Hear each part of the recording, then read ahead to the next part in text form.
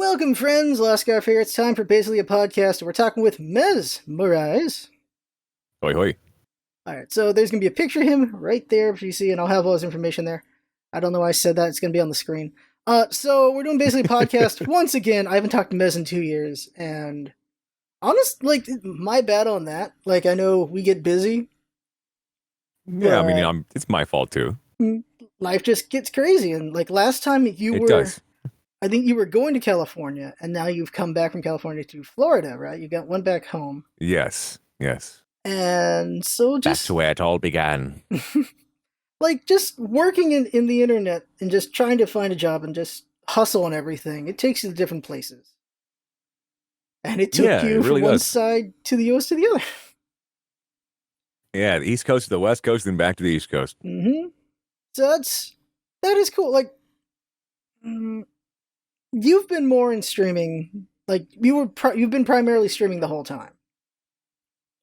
And Yeah, when I was out in California, that's basically what I did. yeah. And one thing is just how much stress is it trying to just live on streaming? Honestly, it's a lot. Yeah, you don't really know what you're gonna get paid the next month. You don't know, and until it happens, really, if you're gonna make enough for bills, unless you have a massive amount of subscribers or something like that. And you don't have health insurance unless you Ooh, make enough to buy it on your own. It's a very inconsistent thing. like that's the thing that I worry about is because I tried to do it too, and it's because you're basically an independent contractor, so it's like taxes have to all be done that way, right? Yeah, yeah. Twitch does not take taxes out of any of your money, and of course, when it comes, the donations come through PayPal. That's not taxed, so you have to pay taxes on all the money you've made throughout the year when tax time comes around. Ooh, Yeah, so you don't get any tax returns or anything like that. that's like a rude awakening for people who don't realize that their first year. I'm sure. Oh, I'm sure. Yeah, they're making a lot of money through the stream, and all of a sudden tax time comes around. Holy crap! I owe $750. Okay. Yeah, it's just oof. Um, you've been at it. Let's see here. I think we both been at it for a long time. From let's say like Yeah. 7 years, maybe. It's been maybe I 6 years. think around like 8 or 9 for me. Damn. Like, how do you see the evolution Yeah. of streaming? Like, mostly you've been mostly Twitch. But like, how do you see the evolution of streaming from then to now? Well, it's definitely come from being a niche thing that people didn't really know about, to something very much mainstream and talked about by even random people you meet on the street. Pretty much everybody knows what streaming is nowadays, unless they are just out of the loop and not connected to technology at all. You know? Yeah, for sure. I'm thinking like, because even now more than ever, I feel like everyone's streaming. Yeah, really. I agree with you 100% right there. There's a lot of people who are out of work currently and they're turning to streaming to try to make a living or just giving it a try because their job's on hold from the quarantine and all that kind of stuff. It's yeah, now more than ever, there is a ton of people doing it. And because of that, I just feel like it's got to be scarier for, I guess, people in the middle and anyone at the bottom. Like, it's more of a hobby. It has to be because of what it is. And you're competing with, like, say, like Drake was streaming, and then there's a big wrestler named Rusev who's trying to do it full time now. Yeah, there's a lot of celebrities taking it up. Same thing happens Like with Jack YouTube. Black started a YouTube channel. Have you seen any Yeah. Jack Black stuff? Oh, I have. He's actually pretty good. Yeah, it's really entertaining. So, like, I appreciate that compared to Yeah. other ones. But yeah, Jack Black's is really fun, and it's funny as his son edits his videos, that's kind of cool. It's a family Oh, thing, that's actually pretty awesome. Yeah. and I don't know. I just feel like I guess as things get more mainstream, it's going to get swallowed up by more people because it feels like it really does feel like if you did it early enough, you could get a good enough chunk and maybe ride that all the way through. And now it just feels Yeah, for scary on sure. that. Like, Yeah, absolutely. It's much harder to get into nowadays between the already established people and everybody who's in their habits of I'm going to go watch that guy, and then you have celebrities getting a lot of draw, and then games themselves promoting the big streamers. It's a lot harder to actually be seen. yeah, I that's always been a frustration for me is, but I get it at the same time is you want more little ships to grow into bigger ones, I guess is the way I want to put it. And it Yeah, just doesn't happen. It's more just focused towards the big guys. yeah, very much is. Yeah. And I keep wondering, like, is that just the best model, or is it should be focused on trying to get the little guys bigger? I always figured that way would be the better way because that's more potential draws on just someone who draws even more of a crowd. But then you might think there's just a finite crowd anyway. I don't know.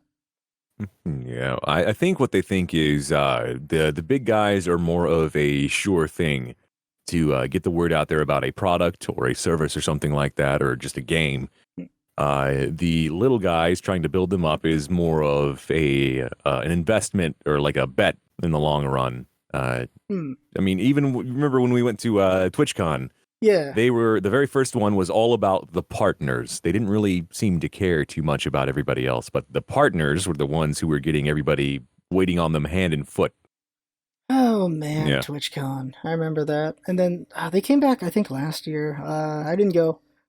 But TwitchCon was such a weird beast. I know we talked about it back then, like 2 years ago. Um, but now they've got competition. They've got Mixer and YouTube and all this, and like even Mixer took away Ninja. Yeah. And I'm I mean, curious. even Facebook gaming is getting people. Oh, geez, I didn't realize that was a thing. Everyone's becoming a Yeah. gaming thing, and I'm just wondering, was it going to lead to? Because you would believe competition would lead to innovation, but it still feels like Twitch is still sitting where it's been. Yeah, I mean, they're definitely still the biggest one by far, but it doesn't seem they are growing all that much anymore. Ever since the Amazon Inquisition, oops, acquisition, uh, that's going to be a spooky time. The Amazon Inquisition. Oh yeah, they're everywhere. That's not good times. No, the Amazon acquisition. Yeah, they grew like a good bit right at the start of that, but then it seems to have petered out and is now staying around the same level. Hmm. Except for certain things like big game launches. Valorant launch, for example, had I think a record amount of people watching at Oh that yeah. point, but then it quickly petered out again. Uh, I'm Um, I'm gonna ask what yeah, you think of that, but I feel like Twitch's big thing for retention is Amazon Prime. I feel because that's the reason why I've never looked at the others. I'm like, well, I got Twitch Prime, so I I mean, have the yeah, you subscription. get free sub, Yeah, and and so many people have Amazon Prime. like I have it. I send it to you every month. At least every month I remember to do it. No, I do uh, appreciate that too. yeah, it's like you've been doing this for 38 months. Like, yeah, you're my favorite dude. You know that. Uh, Oh, shucks, you do, man. oh man. Um, I'm gonna okay. Before I talk about Valorant, freaking Valorant. Yes. What's your opinions on them inflating their numbers like that? Like for me, I'm like it feels kind of like I get it. It's clever. By making Twitch the only way to get beta keys, you're gonna get big numbers. But at the same time, I don't know. It kind of makes it a bit hollow. At the same time, they're big numbers. Yeah, them doing that is the I have the same opinion as I did about high res. They did that for a bit with their mixer points skins and stuff like that Hmm. in Paladins. They had a few skins and other things that were only obtainable if you watched a certain amount of hours on Mixer. So there would just be channels on Mixer with hundreds of people in them doing absolutely nothing but sitting on the main screen of that page with people watching it just to get the required amount of hours for these items, and then they would go away. So Yeah, it was all fake, inflated, and I think the same thing about Valorant. A lot of those numbers were multiple accounts on VPNs and stuff like that, just artificially inflating the numbers and trying to get the codes. And while, I'm sure a lot of the new people, new accounts that were there were actual people trying to get the codes, it's not nearly as impressive as it seems at first glance. yeah. Because it always comes down to which took a while for me to realize. What's the word here? Engagement. Like, sure, you get all Yes, these numbers, but if they're not engaging, what does that really mean? And absolutely. Are they going to stay? that's what I learned about when it came to the value of giveaways. Like, at this point, for me, giveaways are just rewarding my people, not trying to get new people, just rewarding who I have. Same, same. Because you just get a bunch of people who are there just to be there, and then they're not there. I guess from a PR standpoint, you get to say big numbers might mean something, and it has worked. Like for me, having 10,000 subscribers on YouTube has given me a bunch of talk with indies. So I guess big numbers can mean something. But other savvy Absolutely. companies like Square Enix, they pay attention to engagement instead of just numbers. And so when I talk to Square, they're like, "Yeah, your engagement's not good enough right now. You got to get that up." I'm like, "Yeah, I get you." While other companies, they just see Yeah. the 10 subs. There's actually a lot of third-party tools that have been made specifically for tracking engagement and Hmm. growth, and people seem to pay more attention to that nowadays than actual raw numbers. Which I think is smart. I think that comes with the territory where it was a new thing, and now that it's been past a decade, people know more, so they understand what was more important to understand. Absolutely, yeah. So now, like, it's easy to see if somebody is view botting or buying subscribers, that kind of thing. You know, they can obviously tell between the real people and the fake ones. Yeah. Or not trying to make it about myself, but I get accused of viewbotting or using bots because I came from Smite, and so I have a way smaller number of viewership. So they're like, how do you have so many follows? You only have like 3 people watching. You must be botting. Like, no, I just don't play that game that was really popular anymore. Yeah, same. I mean, I haven't streamed in a while. Hmm. Or haven't streamed consistently really in a long time, and I don't play Smite anymore. So I've lost like 1 or 2 thousand followers on Twitch since that. And still, whenever I go live, I get like maybe 15, 20 viewers, Hmm. and still have like 26,000 followers. People will be like, "What the hell? Where did all these followers come from?" The same exact thing. Yeah. Yeah. Uh, Speaking of that, I despite not being there for it's been like 3, maybe 4 years now. I'm really impressed with just the hardcore base of Smite. Like they've had that base there from the start. They've just always been there. Oh, absolutely. Very dedicated fan base. So like good for them. Like because Smite's still making new gods and everything and Yeah. skins. Well, they have to. They got to make money. And they actually just moved over and added Smite and Paladins and a few other things to the Epic Game Store. That'll help them out.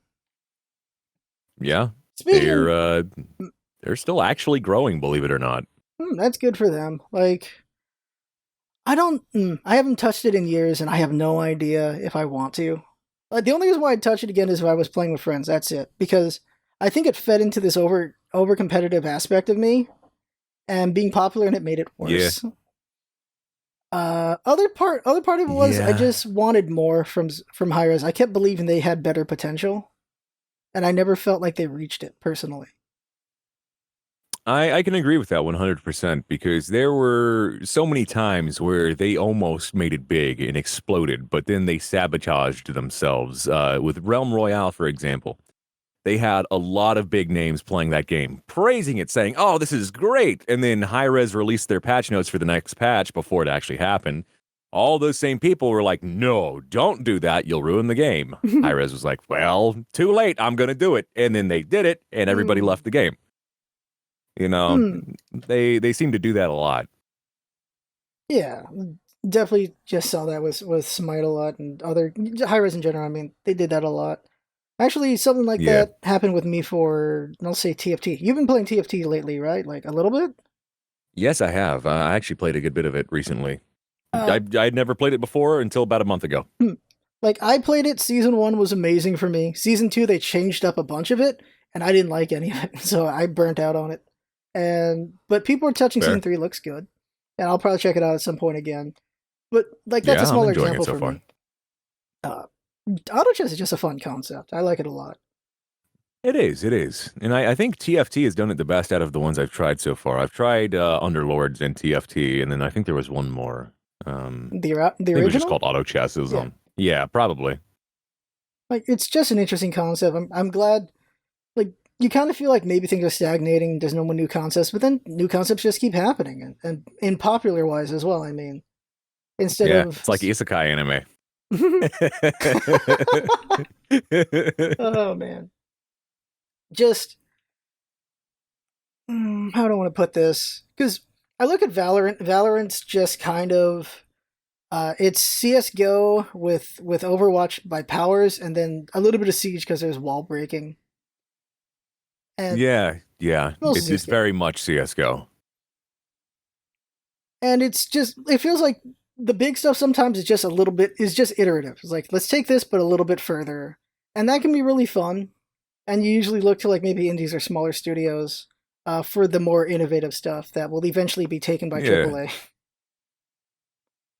It's that seems to be the thing that's happening a lot. Battle royales that came from a small dude making a mod on a game, and then all the big studios were like, "Hey, I like that. I made that," and then made their own version of it, and that's what's become huge. And You then know, and then what's it called? Blizzard. They did that with Hearthstone. They saw how well Magic the Gathering was doing with their card games, and all these other card games are like, "Hey, well, we can do that too," and made Hearthstone. and it was fun for a time. Yeah.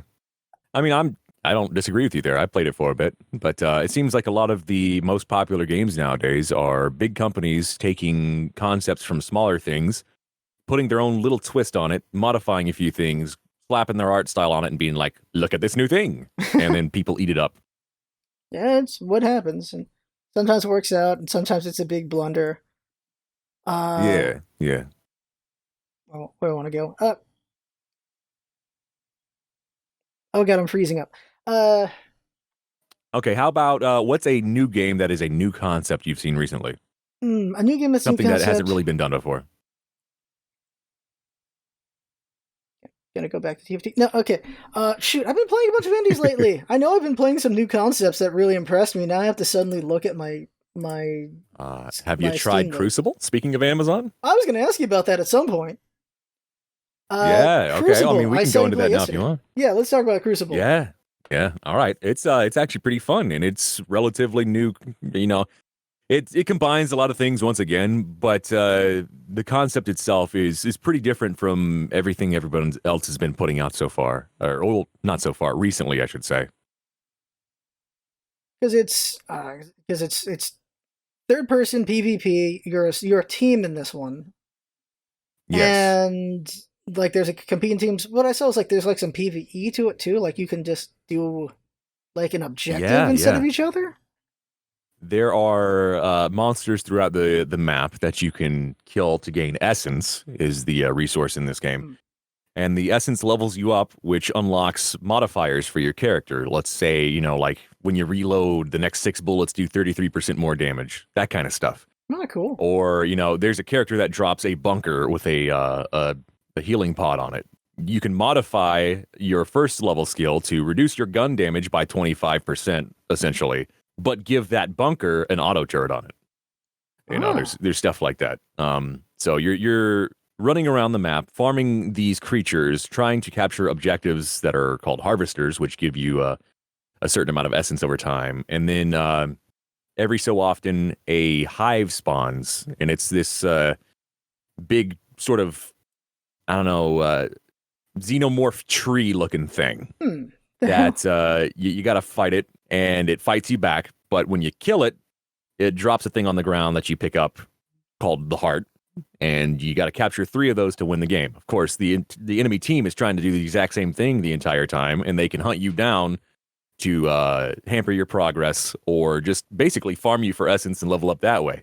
Hmm. But whoever gets the 3 of the hearts first is the one that wins. Ah, cool. Yeah, Yeah, I downloaded it on Steam, so I'll check it out at some point. It yeah, it, we should it play. looks good. Oh, for sure, and we will. I will make sure we do that for sure. 'Cause Yeah, we should do something together at some point.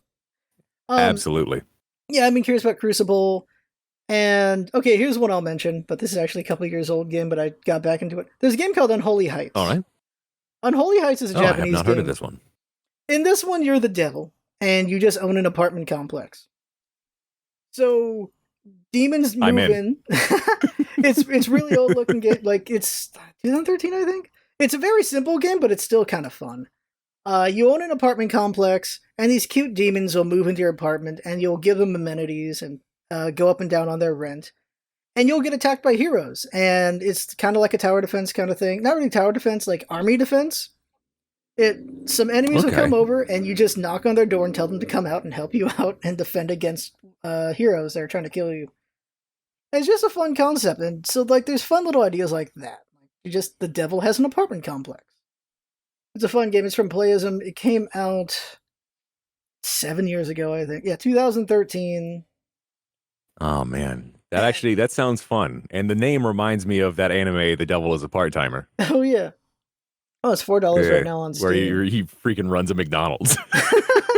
Been meaning to check that one out. Yeah. Oh, you watch a lot of anime. Do you ever read manga or just anime? Oh, absolutely, I do. Yeah. Okay, I'm just gonna randomly throw a manga at you, and you can throw one at me. Okay. So I'm a spider. So what? Have you heard of that one? I have not. So in this manga, it's an isekai kind of.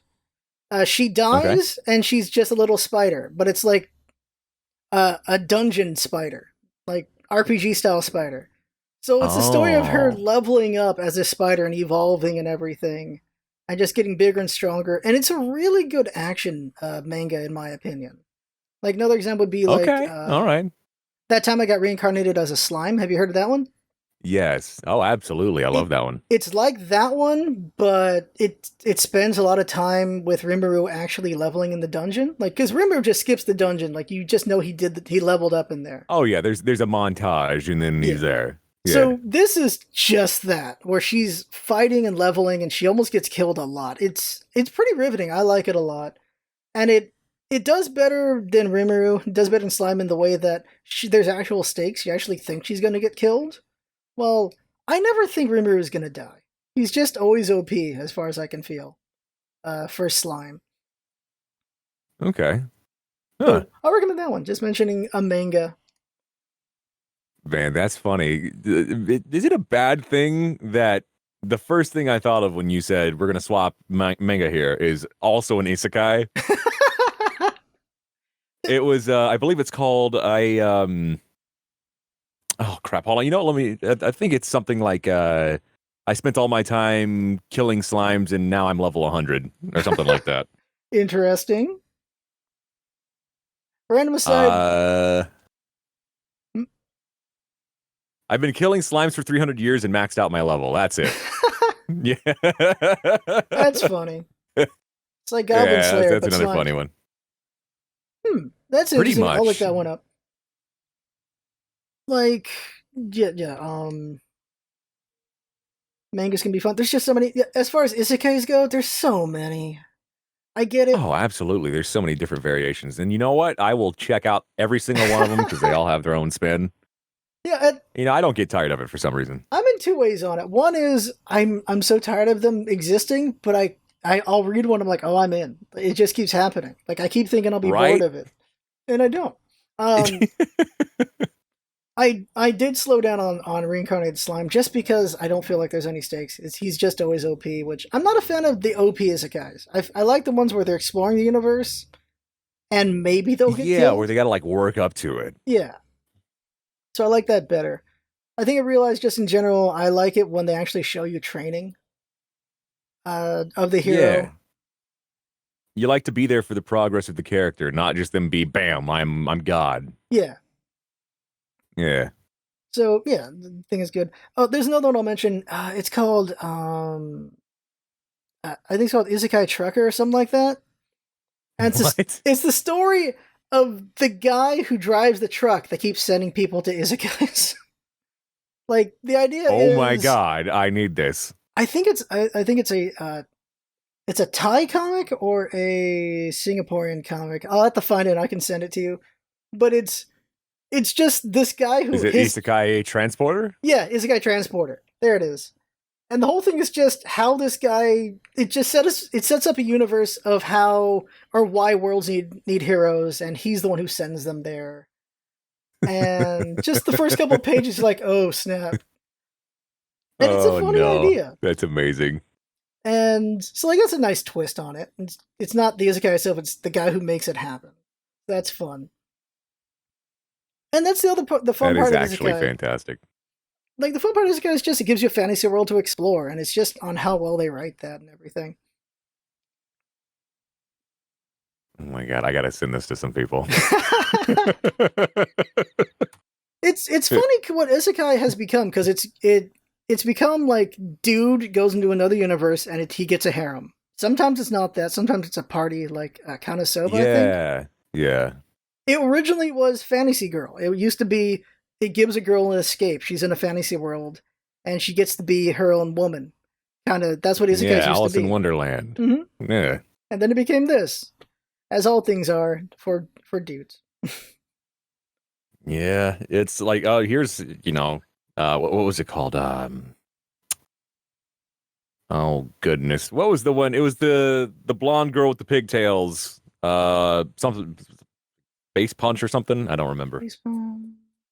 I don't know. At the end of the, Uh, also at the same time, there's a bajillion manga and anime out there to have, like to enjoy. I was like, Sucker Punch. That's what it was named. oh, Sucker Punch. Yeah. Oh, the what's his name's movie? Snyder, his movie. Zack Snyder made Yeah, Sucker that's Punch. basically Right? an isekai because she escapes from her actual reality by going to a different world where she's superpowered. Yep. Yeah. And A little everyone off hated topic it. with that one, but hey, whatever. How we go where we want to go. Speaking of that, the Snyder Cut's going to happen apparently. I saw that, yeah. I I don't have any interest. I don't think I'll it's gonna watch be it. yeah, I'll watch it too, but I don't think it's gonna be some saving grace, like some I don't either. holy grail thing. The story they chose for the Justice League movie was just stupid. Steppenwolf was a bad choice for villains. Mhm. They could have gone and set up something awesome with Doomsday or something. Which, I mean, it's probably a good thing they didn't because everybody would just be like, "Oh, it's Thanos again." Oh. But whatever. Yeah, the funny thing about that is that's what happened was when they made Thanos, it was just steal Darkseid. That's all it was. They tried to make their own guy, and then DC, not Marvel's like just steal Darkseid. He's really cool. Make him. I said Doomsday, Yeah. Darkseid. You got what I was saying. Thank I you. did. Yeah. Because basically Thanos is Marvel's Darkseid. Because back in the day, Yes. comics were not against just stealing from each other. They're like, oh, this is really absolutely. cool. Take it. Deadpool and Slade Wilson. Mm-hmm. Yeah. That joke always, because Deadpool's real name is Wade Wilson. Just right on the nose about it. Yup. And I'm really curious, because Disney said they're going to have a Deadpool 3 and they'll keep it R. So I'm curious what's going to happen there. I think, didn't somebody else take control of this next movie? It's not the same people working on it. Oh, really? Oh, shoot. That part I didn't know. I think I read something about that, where Ryan Reynolds has less control over this next movie. Well, that's Disney for you, I suppose. Yeah, I mean, a bad choice. He's part of the reason why everybody likes the first two. Yep. Well, actually, a large part of the reason. He's got amazing charisma. Ryan Reynolds got amazing charisma. He does, and just the right amount of stupid humor. Mm-hmm. I just talking about Deadpool 2 all of a sudden. When the invisible guy who actually was invisible dies, it's like, holy shit. When the cameo, and also that they were an actual person the whole time because you didn't think there was anyone there. That was Wasn't so it Brad Pitt? Yeah, it was Brad Pitt too. Yeah. That really surprised me. Like, oh my god, like this couple layers. It's Brad Pitt for one. Also, the invisible guy was real. Yes. And also, just X-Force just dies horribly. Holy crap. Oh. Spoiling a movie people should have seen by now. I mean, yeah, it's been out for a while. Mm-hmm. Yeah, good times, but I get it because it's Disney. Disney's always going to be careful because they own so much stuff. True. Although, Mandalorian. Oh, yes. That's been pretty good. And the very first episode, they kill a bunch of people, including, chopping one of them in half with a door. Oh, yeah. That's a fun one. So maybe it's safe. Mandalorian's such a saving grace. Like, I don't know where you fall on Star Wars, the 7, 8, and 9. Oh, I love Star Wars. Like, that? Nah, I'm not too much of a fan of those. Like, I like Star Wars. I think, for me, 7 7 was very entertaining. 8 was pretty entertaining. 9 spent way too much time trying to undo 8, which it should have spent its own time being its own thing. Yeah. That's what I feel.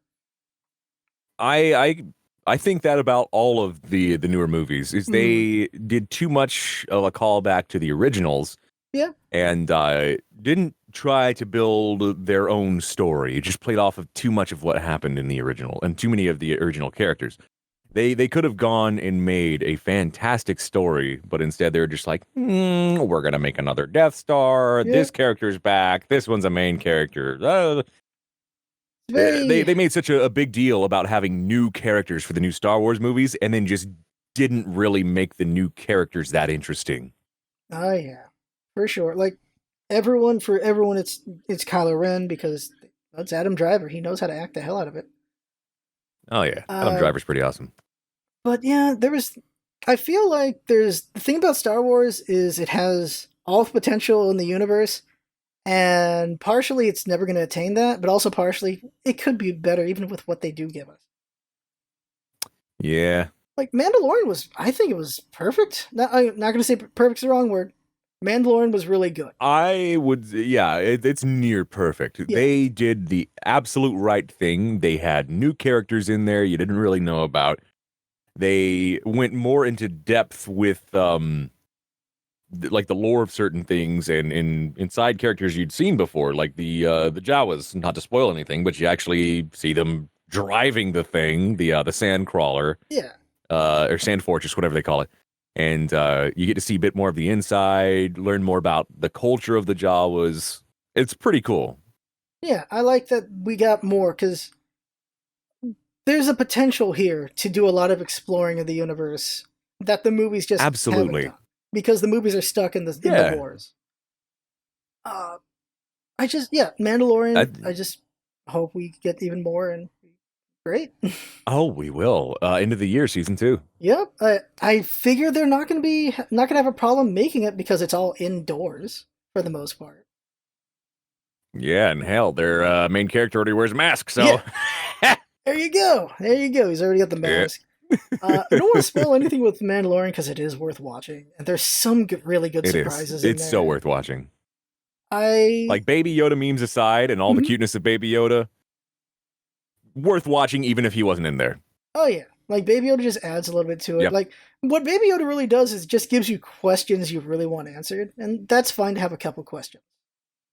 Yeah, and some cute moments to pull away from the I guess the stark, like, sort of violence and hopeless nature of the Underworld. Oh yeah, especially with the Mandalorian, the Mando, and Mando. We got to see some expanded. I'd be curious to see, because especially just all of the other bounty hunters, like say Dengar and Lizard Guy, I can't remember the name of, and things like that. That'd be kind of cool. Yeah. But yeah, there's potential there, and I think it's the best thing we've got from Star Wars so far. Absolutely. I can agree with that. That and, Clone Wars, the animated series, that's been really good. Okay. You've seen the newest season. I haven't yet. I have not. Okay, you haven't? Okay. So you like the Clone Wars? No, I just... Oh, yeah, I like the animated stuff. The Star Wars animated stuff has all been consistently pretty good. I've been back and forth Except for Rebels. Apparently Rebels wasn't that great. Oh, that's too bad. Like, I've been back and forth. That's what I've been told. On the Clone Wars. Like, there's some really good episodes, and then there's a lot of Jar Jar episodes, and I don't want to back on Jar Jar, but he's not great. I'm not a fan of Jar Jar. Cad Bane, however, I want more of him. Oh yeah, people love Cad Bane. Cad Bane's some good stuff. Yeah. I don't know. I'm finally watching season 6, and you've seen season 6 at least, right? Like, I'm not sure. I forget where I left off. I got busy with things and haven't really got back to watching it. That's what happens, and also other things can be on the list of what you want to watch and such. But I'm in the middle of 6, and some of it's just rough. I'm like, okay. I got other things I want to watch right now instead, so I'll do that, and I'll slowly come back to this. Yeah, slowly. Like, yeah, Mandalorian's the best one. Okay, hopping away from Star Wars, because Okay. Back to games. You were playing the Predator game. I'm Yes. curious about that one because I've only seen you play it pretty much, like, but not too much. So what's going on? What do What you is want to it know? exactly? All right. Well, it is a game that is in the similar vein of Evolve, if you remember that game. Ooh, I love that Yes. one. Okay. So you have a team of 4 people playing Marines that are going through the jungle trying to complete their objective, which is stealing files from a an organization or burning up like a drug field or something like that. There's a few different objectives that you want to go do, and while you're trying to do these objectives, there is one player playing the Predator who is hunting the Marines and trying to kill them before they can complete their objective and extract from the jungle. And there's a lot of fun times to be had with that because there's things you can do as the Predator, like you can mimic the NPCs. You have Ooh, controls to be able to mimic the NPCs, and it harkens back to the original Predator movie. Where the Predator's sitting on the sidelines going over here, doing stuff like that. ooh, So nice. good. Yeah, you can cause all sorts of distractions. You can use traps and whatnot. I think one of the coolest parts is there's classes for both the Marines and the Predator, Ah, and the Predator classes are all based on things that you've seen in the various movies, nice. including the weapons they use. So, for example, you have the classic Arnold Schwarzenegger Predator as a class. You have the big brutish guy Predator from the Predator Planet movie. Oh, that There like are weapons in there that you remember, like the thrown disc from Alien vs Predator, as well as the staff weapon that they use in that movie. You can use those. nice. So there's a lot of cool sort of fan service type things involved with that, but the actual concept of the game is very solid, and I've enjoyed playing it a bunch. Now I'm interested, like, because that's perfect, and because we know. Yeah, the only thing. Oh, go ahead. Oh, what are you saying? Oh, I was gonna say the only thing I would do at this point in time is put in a mode that also adds in xenomorphs because honestly, we need Ooh, another AVP game. oh, that'd be fun. Yeah, Because we both really enjoyed Evolve back in the day, and I wish it did better than it absolutely. did. Because, like, for me, it wasn't about winning as a monster. It was about being scary. And if I lost, I wanted to be close how I lost. Like, because you can Absolutely. be. That was a fun game with so much potential. Oh yeah, because you can be so entertaining with that beast. You can be really scary, be a mountain to overcome, and that's what I enjoyed with it. And oh, Wraith Absolutely. Chan, oh my god, I remember that all of a sudden. Ah, Rafe Chan.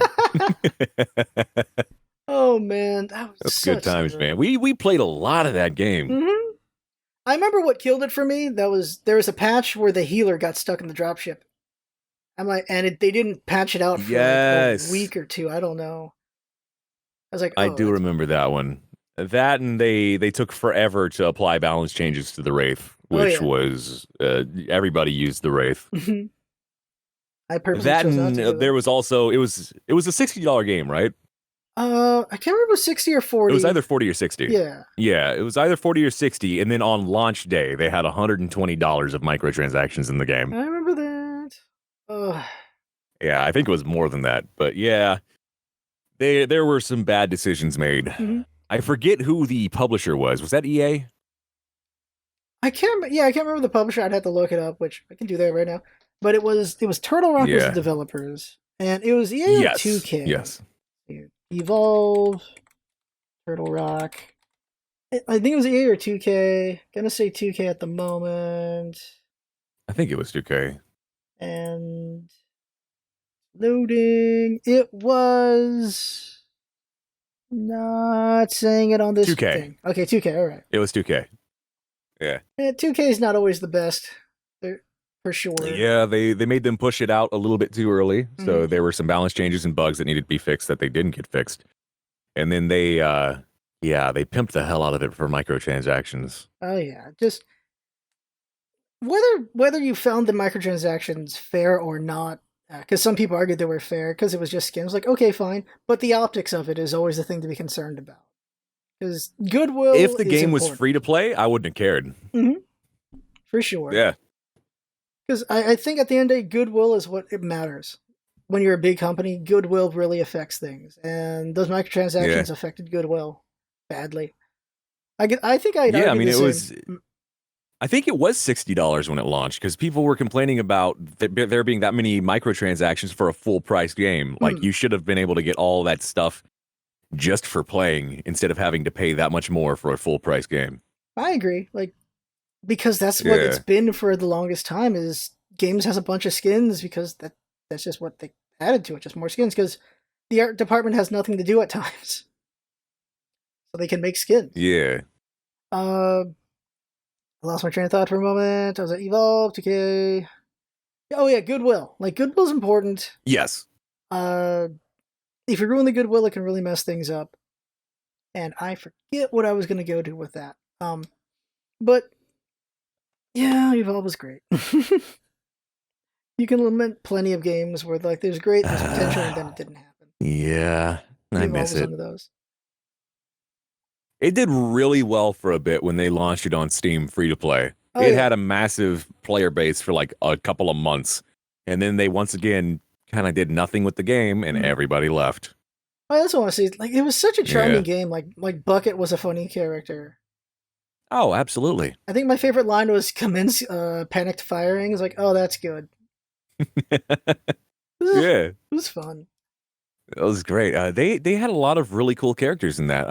The healer he was like a fly humanoid, Oh yeah. and he put out a bunch of little healing stations and had a short cooldown, which activated all the healing stations for a small burst, which was really cool. Yeah, they were So he was really all about creative. positioning and stuff like that. Mhm. Yeah, Just a good game. Lamenting a good game. I miss it so much. Come back. Alright, jumping to another topic. D Okay. and D. You play D&D online. Yeah. I've played D&D, Pathfinder, and currently I'm involved in a campaign for a game called Deadlands, which is a very Ooh, strange one. interesting. Uh, how long have you been at it? Because I just got into it maybe a month ago, 4 weeks ago. I have been on and off with it for a few years, but in those few years I have played very little, to be honest. Hmm. I would do a few sessions here or there, and then something would happen and a person would have to exit the session, so the game was just dead. Yeah. And that happened a few times, but I've experienced a bit. Like you've used Roll20, I think, right? Like, is that just what everyone Yes. uses? Yeah, most people use Roll20. There was some kind of controversy with them. I forget what it was, so people switched to an alternative one for a Huh. while. Uh, I think I my don't remember what the controversy was. I think my understanding is the one of the founders is just a total d bag, but I don't know what he did. That'll do it. I think just asking about D&D just because I'm just getting into it. And what edition of D&D have you played? Just like fourth or fifth or? Oh, goodness. I do not remember which edition it was, because that was a year and a half ago now. Hmm. Shoot, yeah, it's been a while. Yeah. Because I remember you streamed it for a little bit and everything. Yeah, I was a Goliath barbarian named Flint. It's a perfect name for a barbarian. Yeah, it was pretty cool. I ended up at one point arm wrestling a kobold warlock in a tavern, raging, which lets you roll twice for attacks pretty much, and getting nat 20s on both rolls, so Ooh. I threw him through the wall of the tavern. That's what I like about D&D. Yep. It just gives you the potential for silly stuff or really bad stuff. Like, I'll give you an example. Yes. Last week for me, so I made a half-orc druid named Goel, who's basically just Thrall. That's all what I Oh, made. that's Thrall. Yep. Yep. And so I made him, and I did, but I don't have a hammer yet with him, so I've just been playing with animal forms. And we get into this fight Ah. where there's like a pit trap, and I fall into the pit trap, so I turn into a lion midair to land on my feet. And I climb out of it, and then I get Mufasa back down the hole. I get to the edge and just get kicked back. live the king. Yep, which is fun. I finally climb out, I jump, and I attack a bunch of people. But I kept trying to do intimidation roars because what's a lion? And I kept rolling like a 5. Yeah.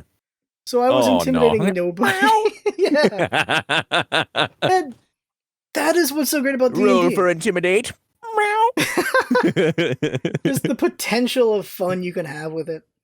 So I really want to. Absolutely. I'm going to try to DM it at some point because I like telling stories, so it should be fun. Oh, yeah.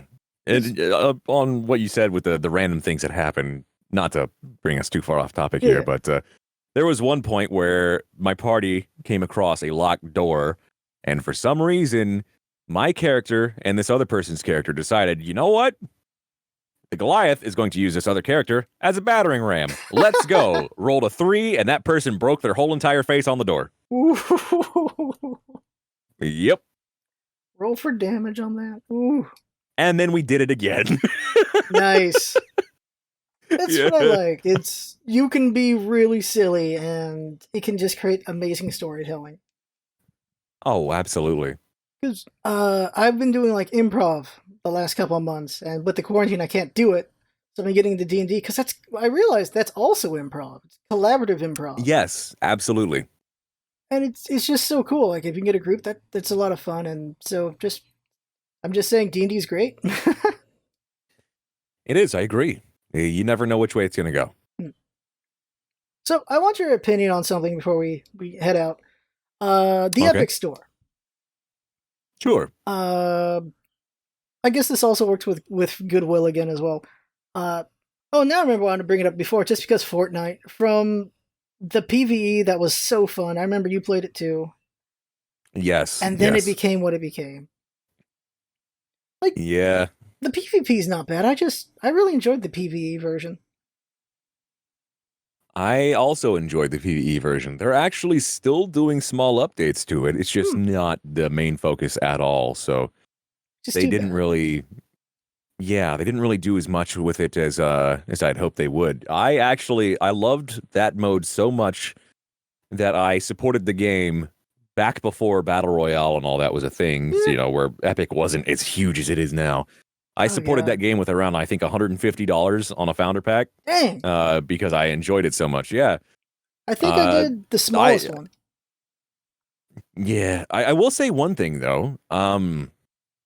After they made the Battle Royale their main focus and kind of just put that on the back burner with a whole lot slower updates and whatnot, I messaged them like, hey, so, you know, I supported this game with a founder pack, but you guys are not really focusing on this mode anymore. I'd like my money back. They were like, yeah, sure, we understand. Boom. Refunded all of that. Nice. So I got all my money back. They actually still let me keep all the points and bonuses and stuff from that as well. That's cool. That's pretty nice. Yeah. So I will say that's one good thing about them. That's nice. Good. I was watching you play it made me want to play it, so I got into it. I got like $20 or $30 pack into there, I think, or maybe it was a 50 or 60. I can't remember anymore. But it was fun. I enjoyed it. And then the Battle Royale happened, and yeah. For me, it was like I don't see this. I remember I was like, I don't see this at all. I'm gonna do something else for a while. And then it just like, blew up. It was just blowing up more and more. And it was like, no, it got gigantic. Yeah, like easily could have that one for me feels like that was something I could have maybe gotten into, and could have rode that wave, and I didn't see it. Because for one, I just really enjoyed the PvE as well. I enjoyed that one way more. Absolutely. That's what I liked about it. I did not like the building mechanic in a shooter. Yeah. You know, the Battle Royale building just always annoyed me. So the PvE is what I really loved about it, and they just chucked that on the back burner. Too bad. It makes me laugh. When Apex came out, the thing's like, what makes Apex better than Fortnite? Because you don't turn into a building after you get shot. Exactly. You shoot a person once and they turn it into the Taj Mahal. Yeah. That's like the weirdest freaking thing. Like, what about that says shooter? Yeah. Like, it's an interesting concept, but like, well, come on. Yeah. And Apex was a really fun one. That stray bullet almost hit me. I better turn into the Empire State Building. Pretty much. Oh yeah, Epic Store. Do you feel like the same thing with like giveaways? They gave away GTA last week. They're giving away Civ 6 this week. Wow, impressive. Do you feel like, is that really doing anything for them? I feel like it isn't. It's just, well, here's a machine, Uh, a thing I can use for if I want to play Civ 6 now. yeah, that's kind of the way I feel about it. I've got a few games on there just because people have gifted me games through there. I basically only open the Epic Store to use those specific games, or if there is something specific they're giving away for free that I want. Other than that, I just still use Steam. Yeah, I feel like there should be a competition to Steam. That's fine and all. I just don't know Yes, what they could have done to beat Steam. I don't like the exclusives. I feel like that's a bad goodwill hit. I also agree with that. The exclusives were a bad idea. That put them on a lot of people's poop list. Mm-hmm.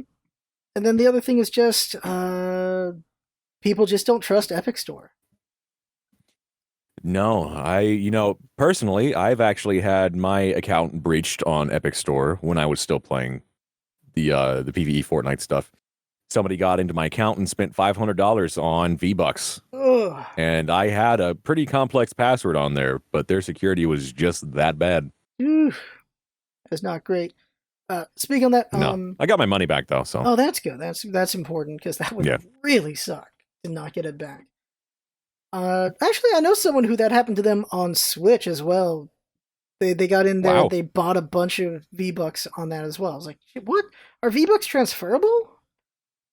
I figured they're tied to your character.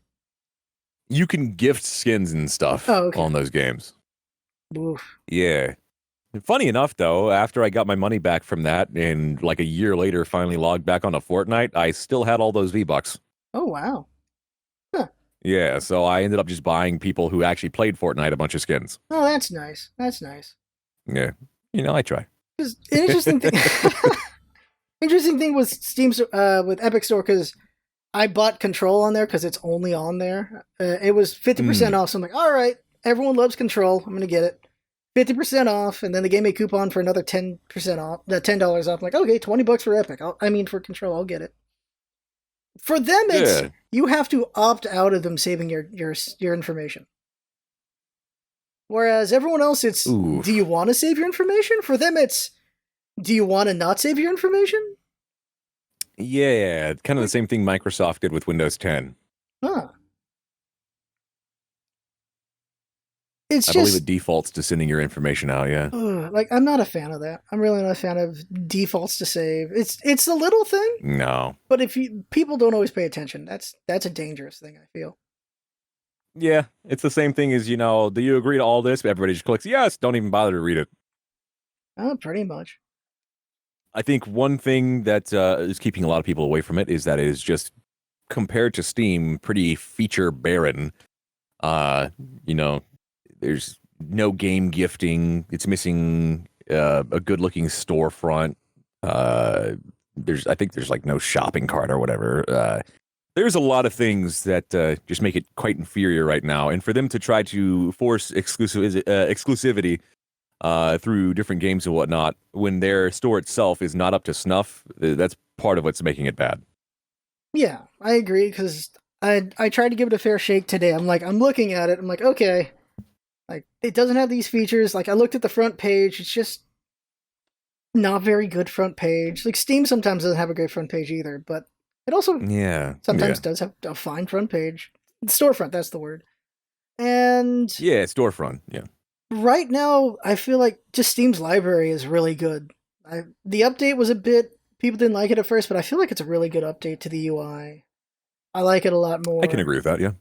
And so I think Steam's making improvements. So whether it was because of Epic or not, I do think Steam is keeping it up. And it's still the one to have compared to the others. Agreed. And I agree with you on what you said. I believe that Epic Store actually did force a change there.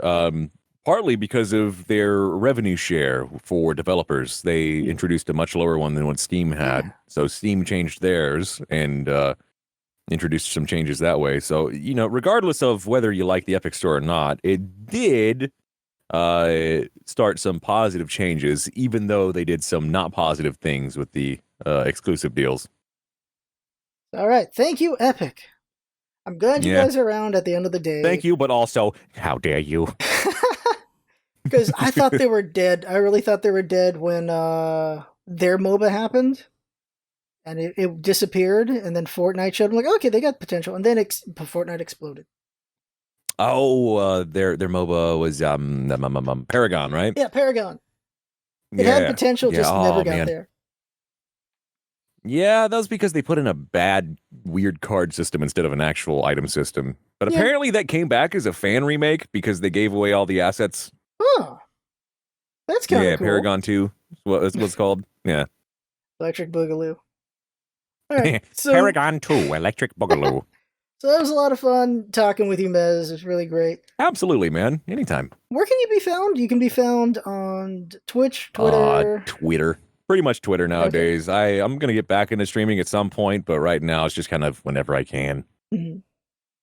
I get it. Like, once, because you have a job now, so that makes you more busy and everything. Yeah. In the Navy. Didn't even get to talk about that, but it's fun. It was fun talking with you for an hour on the podcast. That's what this is about, just having conversations and learning about just people. We can talk about it next time. Yeah. I'll have you on again. A lot sooner, by the way. A lot sooner. Yeah. Yeah, anytime, man. Just let me know. There you go. This has been basically a podcast, which is a conversation. I had fun. Hope you had fun watching. Check out Mez if you enjoyed him as a guest. And his information will be in the description and everything.